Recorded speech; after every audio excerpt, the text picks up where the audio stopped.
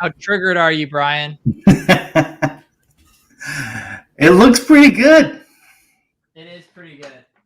It was pretty good. I mean, I'd like to think, Blender reached out to me.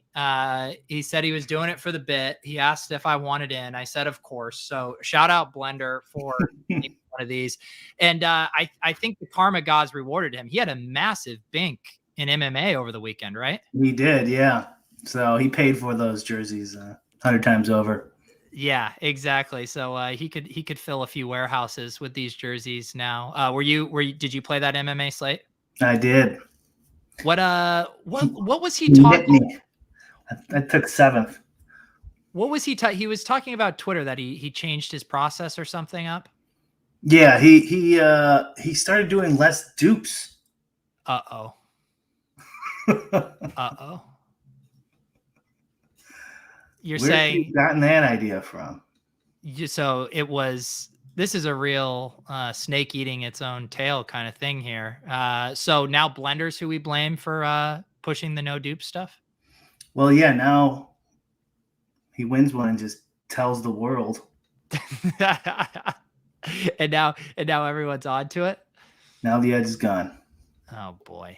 I need to get back in those MMA streets, man. I've been too busy. I miss DFS. I even want to play some preseason DFS, and I just haven't had the time to devote to it. The people in the Discord were wanting us to talk some preseason DFS, but I don't feel like the two of us are probably the right people for that job right now. No, I don't play preseason. What are the prize pools? I think they've been fairly good. I did toss in a couple into that whatever the Hall of Fame game showdown contest. I'm looking to see what they have up for this week. Looks like there is a big slate on actually no, they haven't posted it yet.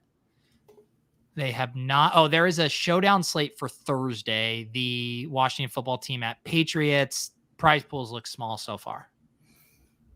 Who has the best preseason content? I think it's ETR. They got Adam and PSU fans is helping them out over there with their video content, and they're doing their tiered plays and stuff. But I actually haven't surveyed the marketplace, but I will cape for ETR's preseason content. Dick Chuck in my YouTube chat wants to thank Pete for all the puppy draft content, and it's possible he's duped a few of those teams. So see you in the finals. Oh no, you're looking at my screenshots and then remaking the teams. This is brutal. It is funny, like the appetite right now for best ball content. Like Spags and I had been doing our self-indulgent recap of playmakers and not getting many views, and then we just do a best ball draft on the stream and get 5x the views. Like the market has spoken and they want us to do best ball drafts. It does seem super popular. I was thinking about that, like how much money can they make though, because DraftKings does their whole season in a day. Yeah, like a milli maker, 100K to first, one big $300, $500 tournament. Like, how can you survive off that?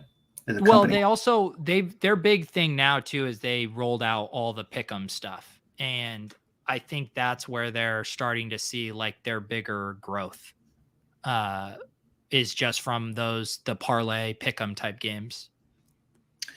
Hopefully.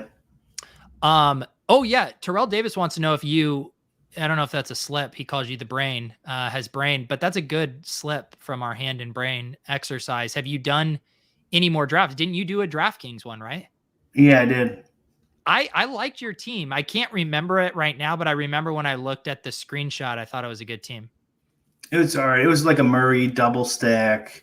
And then I tried to go with the Brady, or I was trying to pick up 2 wide receivers from the same team so I can get 2 stacks. Yeah. 2 QB stacks, and it didn't work. That didn't work out. And then the running backs were pretty weak.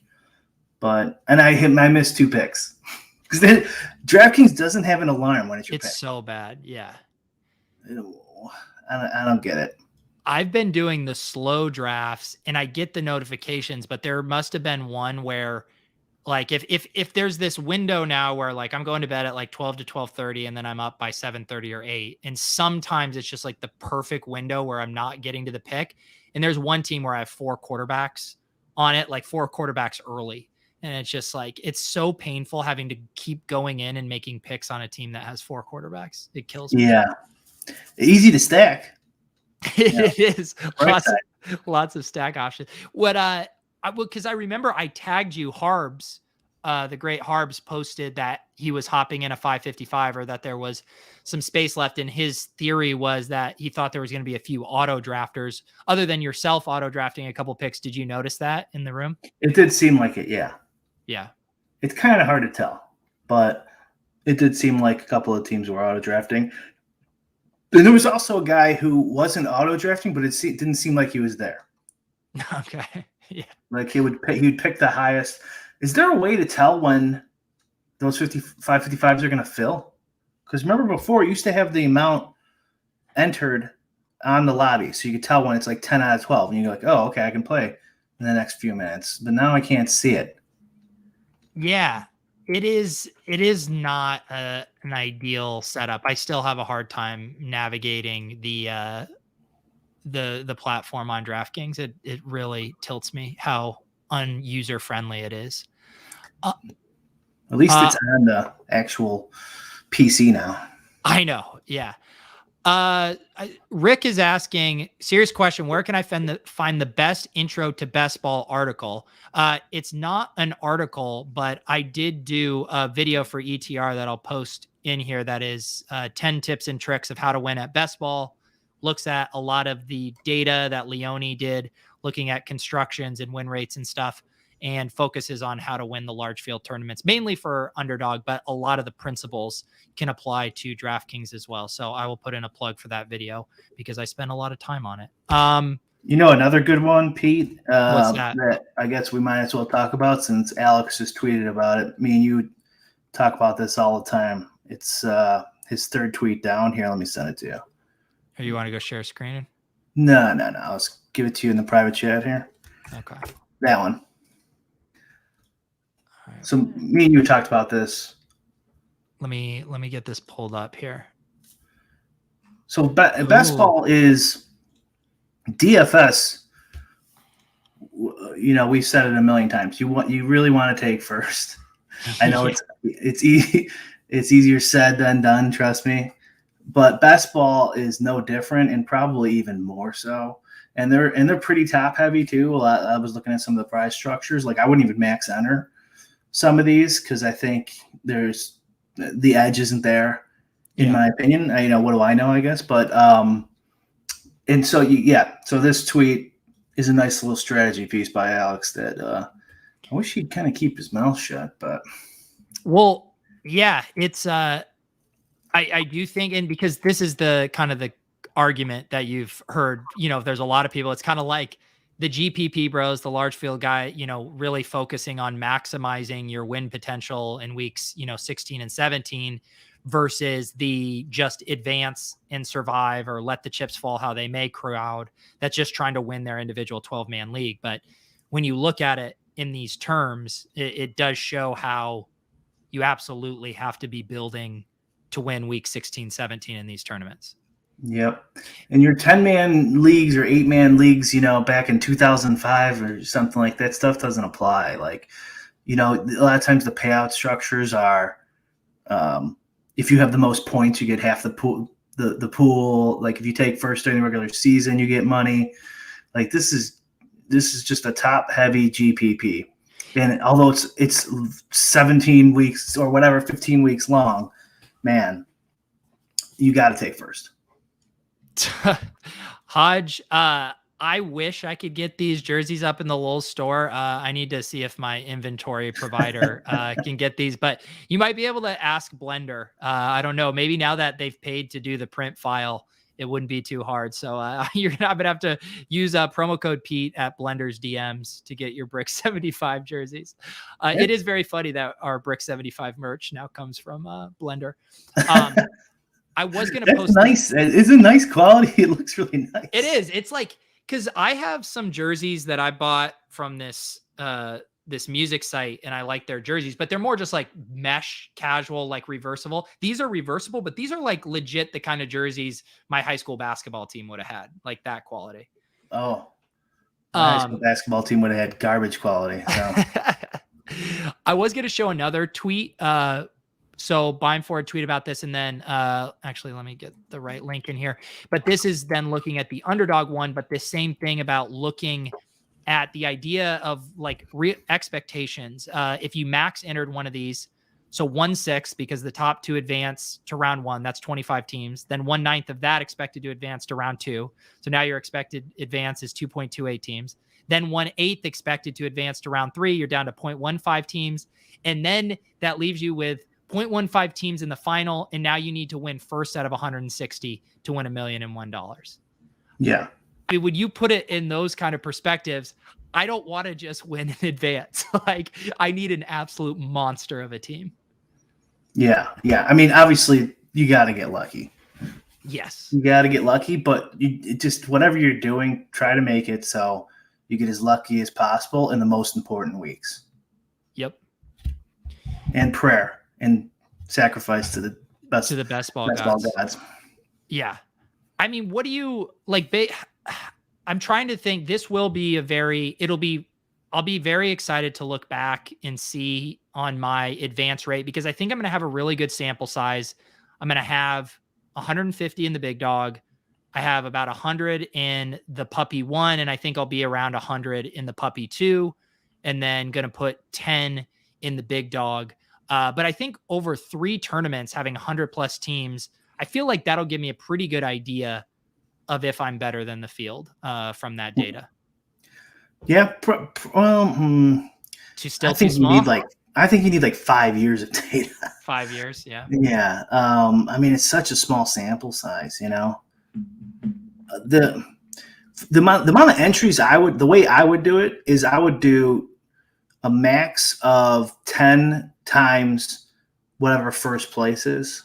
Like, I did a bankroll video a while back that explains this concept, but like, let's say first place is 100K, which it is for the puppy too. Okay. Yeah. The most I would enter into that. So usually the smaller ones, you're fine with max entering. The most I would enter into that is, let's say it was like a big one. I'm just thinking of the big DFS ones, like 555 or something. Yeah. The most I would enter in that was like 10K, because I figure that gives me a 10-to-1 shot. I'm betting 10K, and then if I win, I get 100K, right? Mm-hmm. And so I can win at that rate maybe. Now it's more complicated than that, and you're going to get money back. Yeah. But as long as you're getting like a 10-to-1 shot, and sometimes the odds aren't even that good. Right. So it'll cost in these high stakes leagues, it'll cost like whatever, 15 grand or 17 grand to max enter it. And it's like, okay, well now I'm looking at like almost 5-to-1 I have to win to get first. And like, that's not realistic. Like, I can't win every 5 days. Right. Yeah. Right. So yeah, I mean, the puppy one it's big. You're going to be it's at 98,000 entrants right now, and it's 87% full. 100,000 to first, 50,000 to second, costs $750 to max it. So that, like, look at the odds you're getting there. It's pretty good, but like, the field is enormous. Yes. But yeah, I would probably max that one. The big dog, I looked at that one. I would definitely not max that one. Okay, so that's a good example. So that is 250, right? Let's, if I have my memory right, let me get a calculator up. So yeah, I can get it pulled up here too. If you want to bring up the Underdog lobby, it might make more sense. Yeah. Okay, so what's first? So 100K. Okay. Yeah. So there's 250 entry, 250 per entry, and what's the max entry? It's like 60 something. 69, I think. Yeah. What is it? 69. 69. Okay, so 250 times 69. To max enter, it costs $17,250. So right, that's a perfect example of what I just talked about. So 100 grand to first, divided by 17,250. You have to win this 5.7 to 1. 1 out of every 6 times you need to win the big dog if you're Well, max entering. this is excluding all your caches, your min caches, and stuff like that. So like you want to, that's why 10 to 1, you're not going to win once every 10 times either. But it's like a good just rule of thumb, right? Like a little heuristic to like know, because of the max entries and the cost, and they're all varied, and like, and the bigger the gap between first and second. So this is a pretty flat payout structure in the current system, ecosystem. The wider that gets from first to second. So let's say it's 100K to DK does this, like 100K. FanDuel's even worse. 100K second place is like 20K. Well, now I'm probably even going to enter less and take a better, get better odds on my entry fees. Now, if you have an edge on every lineup you enter, so like back in the day, you should just max enter and don't do any of this stuff. But I doubt most people have an edge, or no offense, but like they have an edge, or their edge is really small, or maybe some of them they have an edge on for some reason. Like maybe they know the news that week better than anyone else. I'm just trying to think of edges in best ball.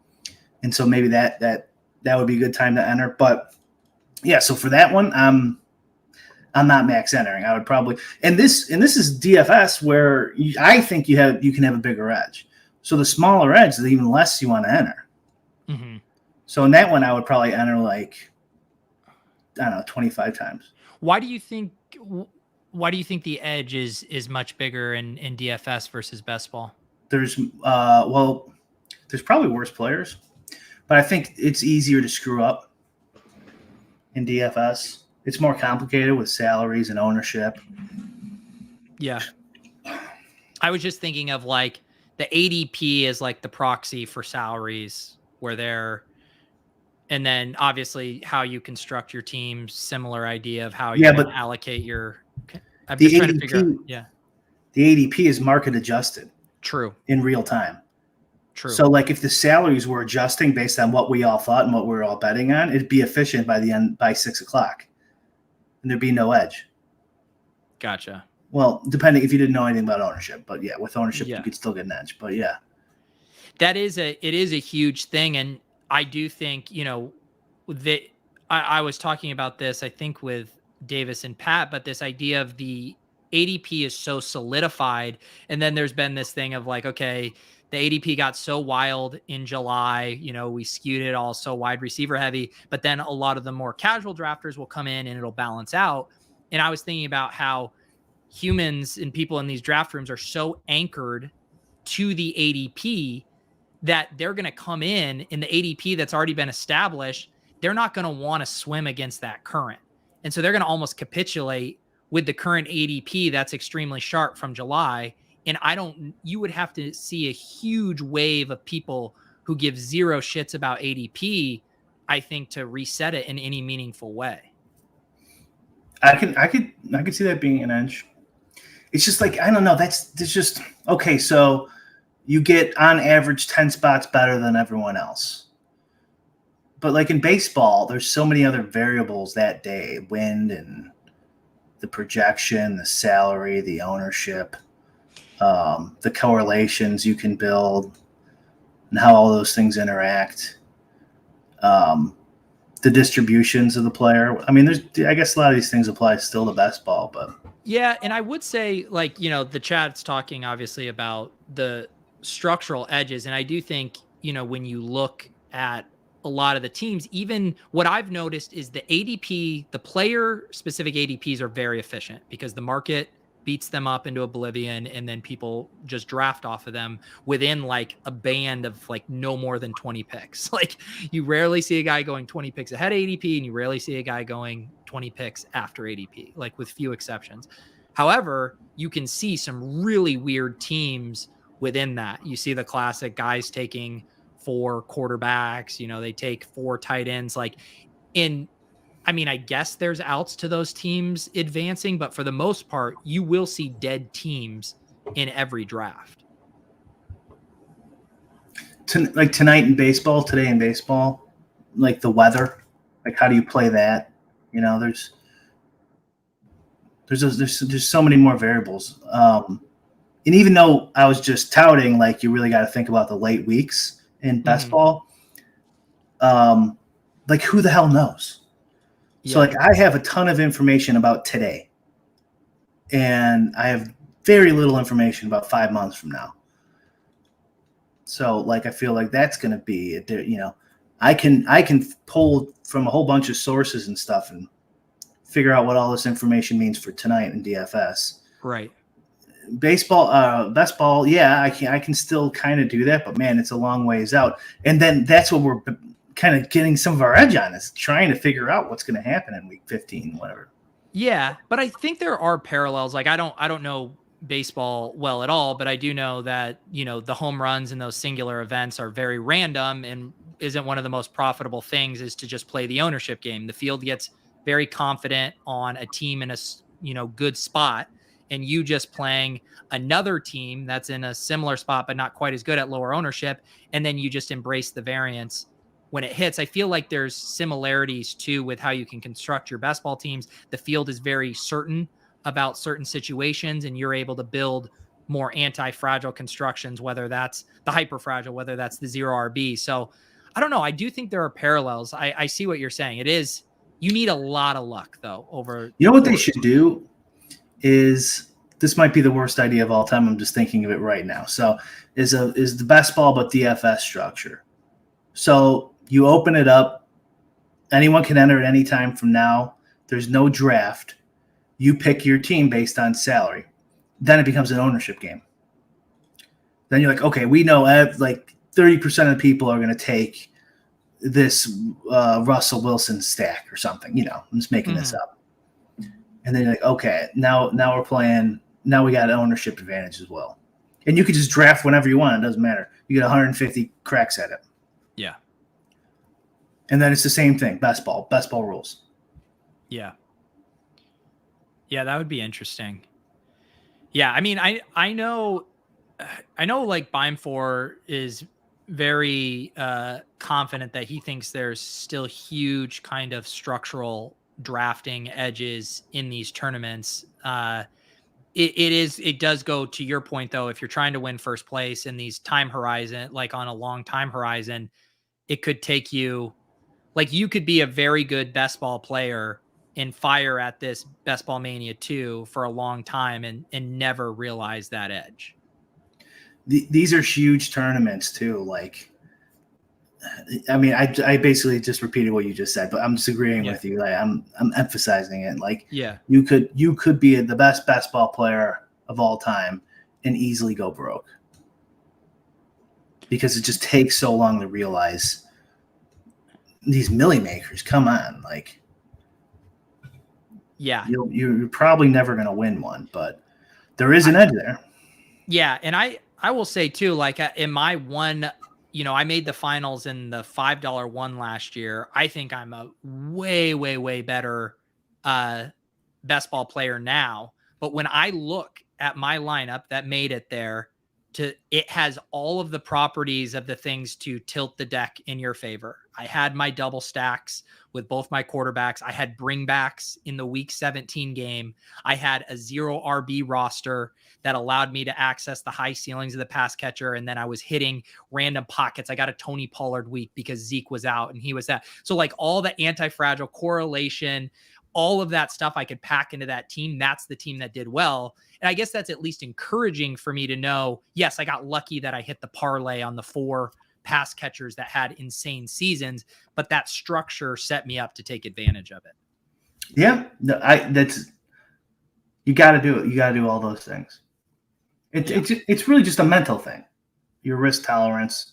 Are you willing to lose for 2 years, 3 years of best ball, even though you know you're doing the right stuff? Yeah. It's possible that could happen to you, unfortunately. Yeah.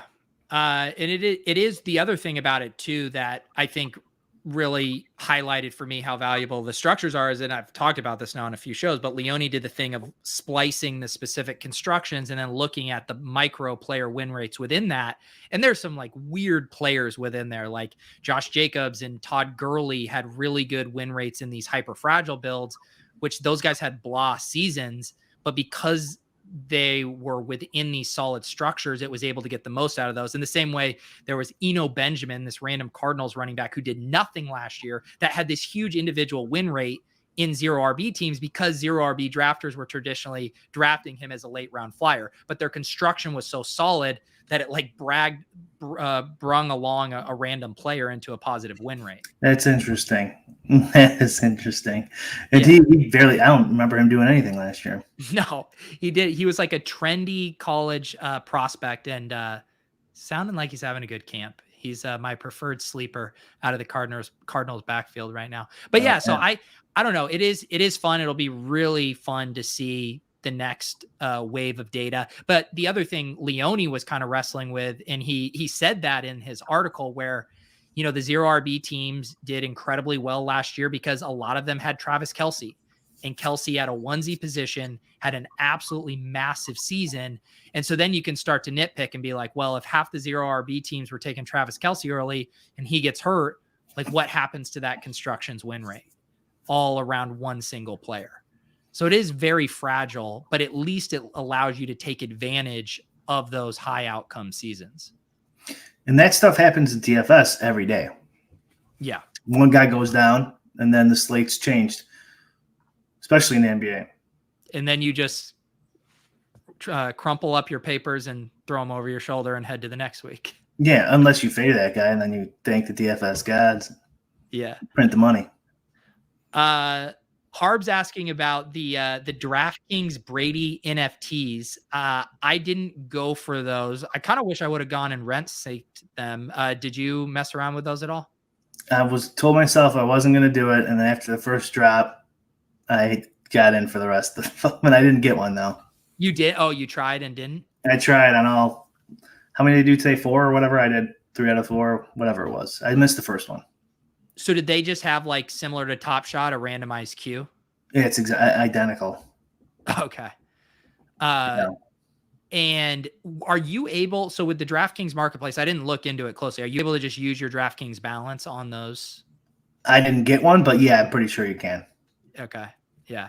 I mean, that definitely makes it. I tweeted at them, DraftKings. I'm like, put a little checkbox there that I please buy this for me using my DraftKings balance if I am selected, so I don't have to come back. Yeah. Yeah, that's TopShop ended up adding. It was so like in the early days, people would get in the line and have to sit there and wait for 2 hours, just sweating when they came up. Luckily, they added the email option of send me an email when it's my turn in line, and you could go live your life again. But yeah, it's like that's not even that great. Yeah, I mean, you're saying you just wanted to auto buy it. Yeah, just buy it for me. Like I'll opt in. I'm saying I will buy this. Take the money now. And then when I'm selected, buy it. If not, put it back in my account. Looks like Harbs is doing well. Got the Sapphire one for 75. The floor is now 650.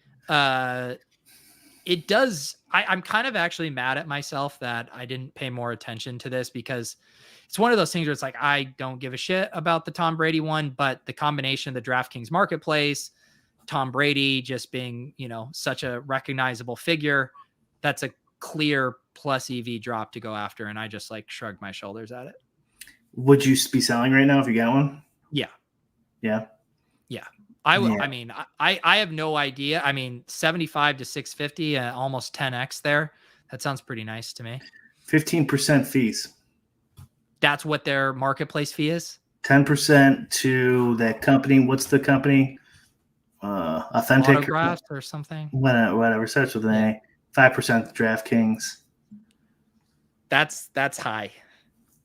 Because like on OpenSea, the default is 2.5% to OpenSea, 2.5% to the creator. And then the creator can adjust their fee as they like. And so you'll see some projects up to 5%, 6%. But man, 15% that's a chunk. So every time that sells, the creator gets that 2.5, huh? Yeah. That's pretty awesome. Yeah. I mean, OpenSea right now, that company is just absolutely crushing. I mean, the amount of volume they're doing right now and the fees that it's an absolute printing press. I guess it's similar to like a lot of crypto exchanges who print on their stuff. But man, OpenSea is doing so much volume right now. That's what I was hoping DK would be. Like they'd be more like, okay, you can sell your Top Shots on here, you can sell whatever on here. That would be cool using your DK balance. I mean, I wonder if Top Shot was on OpenSea, if it would matter, because like everything's pumping. These Brady NFTs everything's pumping except Top Shot. No, Top Shot is back to pumping. Is it? Because I looked at my account yesterday and it's like the lowest of all time. Well, it's because you just have all the high end stuff. Well, shouldn't that be going for a ton of money if everything else that's high end is going for a ton of money? I mean, I'm not smart enough to understand how the market would work, but it does make intuitive sense to me that it would bubble up where the most interest coming on the lower stuff, and then as more people come in. But I know like Dingaling, who's a guy who's been scooping up a lot of the, first mint cereals, last mint cereals. I know he went on another shopping spree. So I think some high-end stuff is getting scooped up. I know Jeremy Levine, shout out Underdog, he was buying some stuff. So I don't know. I guess maybe we bought the wrong stuff. I don't know. What's our floor at on our Jokic? 50 something. That's still not bad. Although I wonder how long it would take us to get a sale as the lowest ask. Yeah, that's the question. I mean, at this point, I think we just hold on for a while. Rick, I owned 1/5. I own 1/10 of the crypto or of the Jokic. But owning 1/5 of a CryptoPunk is a lot better than owning 1/10 of a Jokic. I know. I wish we would have been in the CryptoPunks. Dude, if we would have like when you and me and Pat and Jack and like we were in that mania, if we would have just focused on CryptoPunks, we probably would have made a couple million. We probably would have. Because you put in a decent chunk of change. Like even same with Alex. Like I know Alex put a lot of money onto Top Shot. Yeah. Like if Alex had bought 10 CryptoPunks or whatever, yeah, that market is insane. What's the saying? Like invest in what you know. So it's like, okay, we'll do that. No, invest in what you don't know. Apparently, CryptoPunks. Well, it's been interesting to follow Alex's tweets because I know, like a lot of people, I think he felt, a little burned by some of the kind of centralized decisions that Top Shot made. And I know from his tweets, he was saying like he was hoping that it would be a venue where you could leverage your NBA expertise. And that just didn't prove to be the case based on the market fluctuations and the over minting and all that stuff. So I can see the frustration for sure. I mean, I feel the same way as he does. I don't want to shit on the company and stuff like that. Like, I don't know. I just don't really feel like it, but I feel the same way. Like, I feel like if they did nothing after when we got in, absolutely nothing except fix the KYC stuff and got everyone their money, they'd probably be booming now too. What do you mean by nothing? Like, don't print any more. Obviously, they need money and stuff like that. But leaving that stuff aside, I'm saying this singular thought of if they didn't print anything else, they just got everyone their KYC checked, and all there was Series 2s or higher, it would probably be pumping right now. And another thing like that, one of the reasons it is doing better is they raised the cap. You can now list for $1 million. Before it was $250,000. I think they now changed the limits on the amount of crypto and money you can get on the site quickly. So like it is getting less frictionless, I think, for the users, which is good. Yeah. Okay. I guess I shouldn't have, and raise the limits too. Like that one, they should have done a while ago, or anything to do with like bidding or things like that. Fine. Go ahead and change. But like the printing and stuff like that and the drops, I think it pissed a lot of people off and the market crashed, as all the markets were kind of crashing during that period too.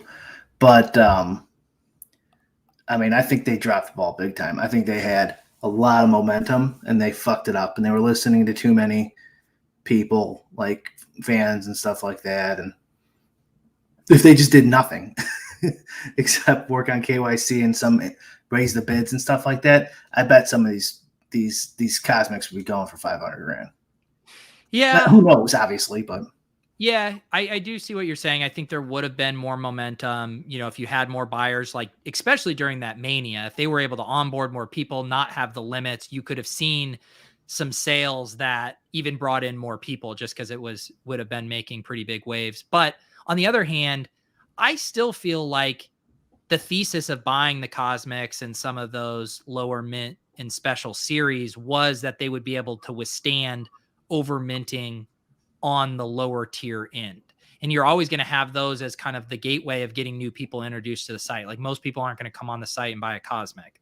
They have to get hooked and have fun and interact with the platform. So I don't know how you avoid that, especially too when the whole point is to like be giving out new collectibles that reflect cool highlights. Like they can't just say, all right, Anthony Edwards had this sick dunk, but because we know it's better for the market not to mint anything more, we're not going to produce this moment. No, I think you could. Because the demand would still be there.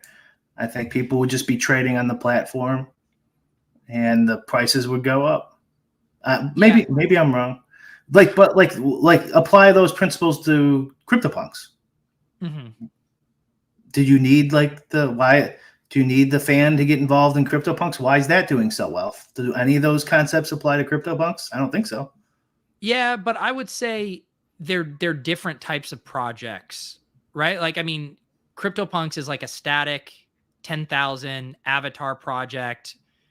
The NBA, like, what? Well, that's what I want. A static 10,000 NBA product would have done a lot better. Right. But if we would have, so the one thing that everyone got excited, obviously not for them, but yeah. No, yeah. And the one thing that got everyone excited about TopShop was the official NBA license. Like that was the oh my God, this is going to be too big to fail, $7.5 billion valuation. But to your point, if you actually looked at like the early fundamentals, okay, this was a project in CryptoPunks that released 10,000 of these for free. They were all claimed just for whatever the cost of gas was. It's pretty much decentralized in that the Larva Labs has basically no control over it. There's no fees for trading CryptoPunks. It's all, Ethereum native I just feel like when you look at the fundamentals, it makes sense why that project does so well. Sure. But I mean, it is Flow native, right? It works exactly the same way. Yeah. I mean, I'm just saying like that the idea of you have to get the casual fan in and stuff like that. It's like, no, you don't. CryptoPunks proves that's not true. And I would say, I think NBA Top Shot's goal is much different from like the Larva Labs CryptoPunks goal. Like Top Shot wants to be like a global phenomenon. I think they want to make their OG collectors happy, but I think they also want to onboard a ton of users, and there will never be more than 10,000 CryptoPunks users. And I don't think Top Shot would ever be like, we only want there to be 10,000 people using our stuff. No, but you could have taken it a little slower and onboard everybody, but just print a little bit less, print later. Now, listen, I'm just saying what I would guess, and I could be wrong, would be best for me and you.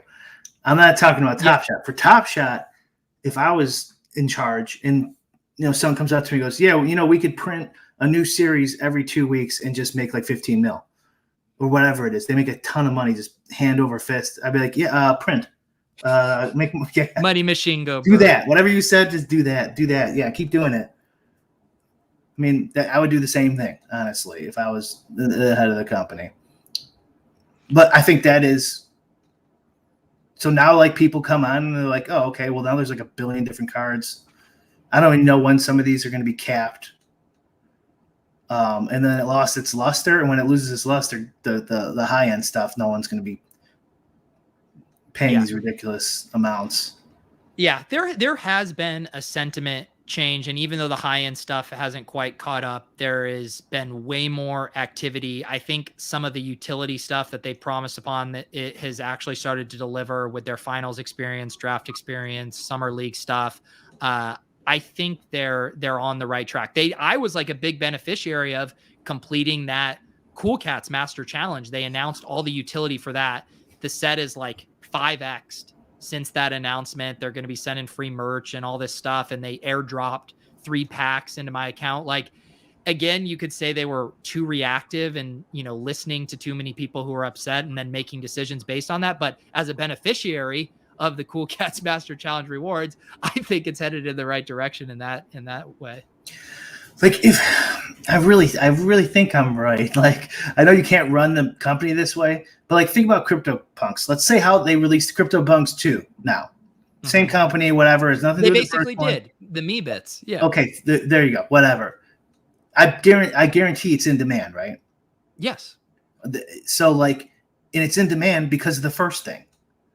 So like, if they would have waited, and like, the only things people could buy were these smaller, issued, more expensive. Like, eventually then the interest would build, right? Because then assume I'm right and Cosmics are going for $500,000 or something like that.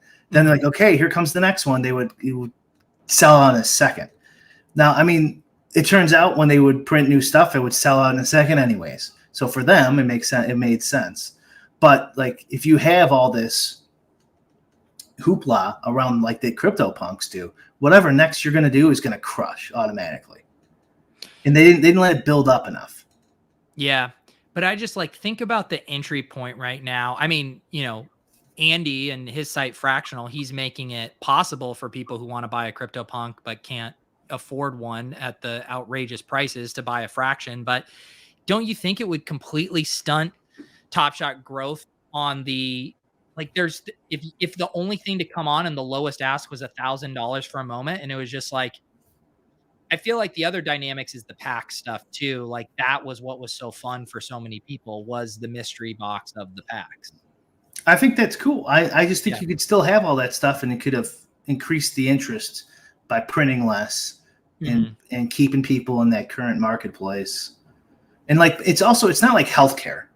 Like, we don't need to make low entry points to keep people alive, right? Like, art can be super expensive. It's not like we need a cheap Andy Warhol, so everyone can enjoy it. Not that it's art, but you know what I mean. Yeah. Yeah. So our Jokic lowest is 53,400. The Chris Paul is 35,499, and the Tatum is $100,000, and the Ja Morant's 5,998. Dude, yeah, that was one of our worst. That was when it was starting to tank. Yeah. It still wasn't enough of a deal. And I think we did a podcast where I talked about like how risky I thought like Trae Young and Ja Morant are, and then the next day we buy one. Yeah. Let's see here. Lundar, do you think TopShop mass produced just to raise revenue, or they caved to the masses complaining about not getting packs? Probably a little of both columns, right? Yeah. And then the way they justify it in their head, who knows? They could say, no, we're justifying it to give people what they want. But really, it's, printing money hand over fist. Yeah. Yeah, I do think, I saw someone say it. I mean, they didn't have a roadmap. They were firing from the hip here, as Marathon says. So I think they've learned a lot of valuable lessons on the fly. I think they've made a ton of mistakes. I can personally I can't even imagine if I went from, servicing 5,000 people to servicing 500,000 people in the course of 6 weeks, like what kind of strain that would put on your infrastructure and roadmap and how you think. I mean, like a bomb went off and they weren't ready to handle it. You know what you do? You print, and you print money. That's what you do. And that's what they did. Yeah. So I feel like I'm having deja vu talking about TopShop. We don't need to talk about. I just really want like that premium. This is totally selfish, obviously, but I think they really need that premium thing, that Honus Wagner, the CryptoPunk, and then that's what gets people like the dream. Like, oh, maybe this card, maybe this moment, maybe this CryptoPunk will be worth $1 million one day. Maybe this me bit will be worth it. And you want that Michael Jordan set. It doesn't have that allure right now. Yeah. Because they printed a million goddamn moments. Yeah. Yeah. I think I still think over time their infrastructure and the things they have going for them are going to win out. I do almost think that it seems crazy to say, but I do think they're too big to fail with what they have going. I think it's just probably going to take longer than it needed to get to where they could get.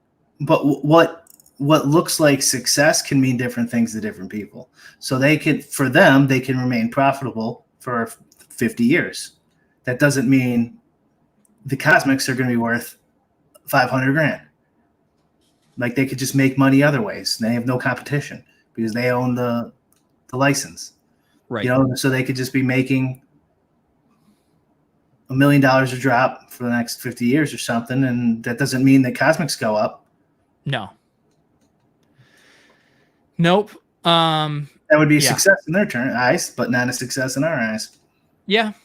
And I also could just see cycles happening too, where right now everything with Series 1, Series 2, everything's so jumbled up. But I think the further we get away from the Series 1 and those very small first Series 1 sets, the more those are going to come into focus as premium sets. Yes, I do think it's going to go up. It's, you know, assuming this clown market stays the way it's going, I would assume that it will go up. I'm just saying, theoretically, a success can mean two different things. Like to them, they might not have the same goals that we have. And in fact, they probably definitely do not. No. I think they're fully in customer acquisition growth mode still. Like I think they're less concerned about the economics and the market. Do you think, because I've thought about everyone has an avatar now on their Twitter handle, their Twitter avatar. And do you think it's jumped the shark? Like the avatar stuff? Yeah, because everyone's got their monkey or their CryptoPunk or whatever. Did you? We had a long conversation about this on Club TopShop last night. Well, kind of tangentially related. I was kind of going off on people whose entire like brand and personality is centered around one single NFT avatar, and I thought that was stupid. Because now that everyone does it, I want to do the opposite. So I don't know what the opposite is. Is there some sort of NFT I can buy that would be the opposite of? You know what my handle? The most subversive thing you could do right now on NFT Twitter is just have a very smiley business professional photo of yourself, like a LinkedIn profile picture. I can't do that one though. I have to like this. I have to take my suits into the dry cleaner I haven't used in like 6 years. Yes. First, BRIC came for the jerseys, and I said nothing. Then he came for the avatars, and I shrugged because I had sold my CryptoPunk. But then, but come on, don't you guys have a little hipster in you? You know, where when something gets popular, you wanna. Yeah. Well, isn't that an interesting thing about? It's like hipsterism, contrarianism versus being a part of a community, because a lot of people are actually wanting to be a part of something. They're not wanting to feel like a lone wolf. Yeah. And I want to make fun of them because now there's too many of them. There are a lot of them. Yeah, I don't know. It doesn't, like, the people having their avatars as those things doesn't bother me at all. It's just when the people are, this is the only thing about me. Nothing, I don't want to talk about anything else. My entire identity is this avatar. And then I'm like, come on, dude. Yeah. No, I want to be like, okay, I'm the first one who does it, or one of the first ones. No one else is doing it. And then when everyone does it, then I'm switching off. I'm doing something else. Yeah. Yeah. I can't really picture you with an unironic NFT avatar. Yeah. They kind of look ironic, but the problem is there's just too many of them now that you don't look, it doesn't look like, whatever unique thing. Yeah. It is also just funny too. And I mean, Adam has talked about this, about how he'll never change his profile picture. And I kind of wish I was a little bit more of a purist. You're definitely a purist with how long you've kept yours, but there is something nice about seeing a tweet and immediately being able to identify it just by the photo. Versus when people, and myself included of late, are changing their avatar all the time, and you just get like this whiplash when you're looking on the feed. Yeah, that's true. When you change your name and stuff like that, to even that they're like, wait, oh, that's Pete. My goal was I wanted someone to ask me who my avatar was, and then I would change it finally. No one's ever asked me. No. Wow. No one's ever asked you? Yeah, it's the White Panther. Wait. Aaron Gray. Oh. I thought it was like Bill Lambier or something. Like, I don't even. It's the White Panther, baby. All right, so now you have to change it. And what is? I've been thinking of changing it. Look at that picture. I love it. What is the origin of that? You just love this photo? Yeah, I love that his nickname's the White Panther. That's funny. Yeah, he was like this 7'2" lumbering center for the Bulls. Played for a little bit. He was from Purdue. What year was he playing on the Bulls? Oh, it's been a while now. Probably about 8 years ago. Okay. All right. But this was like post. Okay. This was more like early 2000s. Yeah. Okay. Oh, you know what I should get? I should do.